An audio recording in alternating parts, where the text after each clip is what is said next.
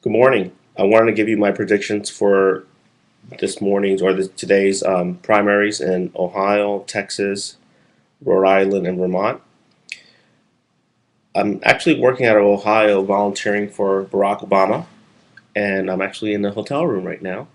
But I wanted to spend a few minutes with you before heading out to do some more work.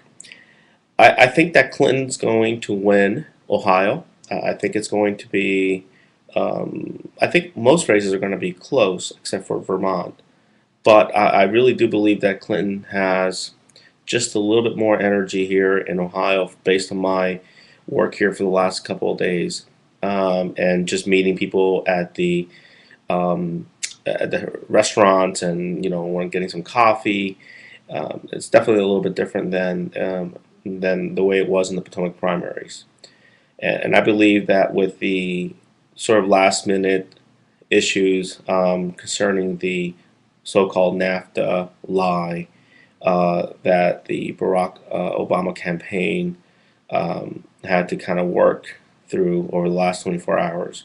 I think you're definitely probably going to get some of those voters that were um, uncommitted or undecided to maybe just shift towards Clinton at the last minute. So here are my predictions. By the way, I don't believe that the whole NAFTA thing was a huge issue.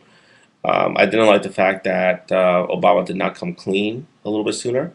And maybe perhaps he really didn't know because the meeting that they were talking about was a much lower level meeting that took place in Chicago in a consulate office. It was not in Ottawa with the prime minister or minister of finance or anything like that. So if you look at the report that was released by the Canadian news agency, and I forgot the name of the actual news network, but it stated that there were high level meetings with the Minister of Finance and Obama surrogates and so forth. And it was nothing like that. It was just a meeting between two people that knew each other in Chicago.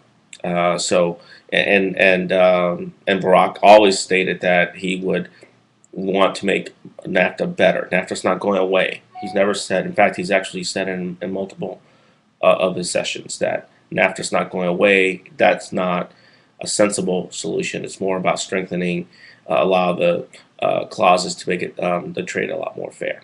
All right, but let me go back to my point here.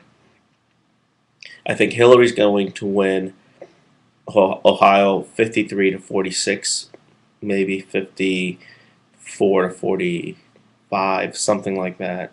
There's always that 1 or 2% that votes for Edwards or something. So essentially, even though Clinton might win the um, popular vote in Ohio by a few 100,000 votes, I believe that it will be essentially a tie in terms of the delegate count. Hillary might end up winning maybe 5 delegates more than Barack. Now to put that into context, Barack's up by at least 100, if not 150 delegates at this time. So gaining 5 on Barack is essentially a tie. And of course, she might get some momentum in the press because of the win in popular vote, but it won't help her too much in the delegate count. Texas, I believe, is a lot closer, and I'm essentially calling Texas a tie. I'm calling it for Clinton 50 to 49, and that's just because my gut tells me that Clinton's really in the last 24 hours got a little bit of free pass from the media, in the sense that her Saturday Night Live visit garnered a lot of attention, and a lot of the attention was around her stating that things were, um, excuse me, that things were unfair, that her candidacy was treated, or her campaign was being treated a lot more tougher than Obama's campaign, and let it, whatever. I'm not really going to get into that, but the whole point is that the media has definitely been giving her a lot more attention, and there's just been a few things that have not gone so well for Barack. So I think that is essentially a tie, and I'm calling it for Clinton by 1 or 2 points at most. Maybe 3 on the high end. but I do really think that it's a tie. Now, I believe that Obama will end up winning the delegate count in Texas because of the caucus. Excuse me. If you look in the evening at 7 p.m., there'll be a caucus. So now, if you ask me who's going to win the caucus, I think Barack's going to win the caucus. Even here in Ohio, the grassroots movement that Barack has enabled and kicked off is incredible. And I saw it in the Potomac primaries. I saw it in South Carolina. When it comes down to grassroots type of initiatives like a caucus, Barack is going to blow Hillary away. Her campaign does not have the same energy. So I just think that maybe they're a little more energized over the last couple of days, maybe the last week or so. But I still think that Barack's ground campaign is much stronger. So I believe that then Texas will be won by Barack because 1/3 of the delegate count will be selected by the caucus in the evening. So you literally get to vote twice in Texas today. You vote in the morning in the primary. That's 2/3 of the delegate count, and then you vote at night in the caucus, and that decides 1/3 of the delegate count. So in essence, I believe that Hillary might win the primary, Barack will win the caucus, and Barack will win the overall delegate count. Rhode Island will go to Hillary. Hillary had in all these states. Hillary had a 20-point plus lead in many of these states. But I think that Rhode Island will probably remain a Hillary state. But Barack has done a lot to cut into her lead, and I believe that Hillary will win 53-47. And I think that she might get a few delegates out of this more than Obama, but maybe like one or two. It's a very small state, so far we're netting 5-2, for Hillary, but I think Barack nets more in Dallas. I mean in Texas. So I believe that essentially we are at a tie, even though Hillary has won quote 2 states, and Barack's won a state and a caucus so far. Now we come up to Vermont, which is again Vermont, and Rhode Island are really the smaller states in these two in today's kind of mini Super Tuesday.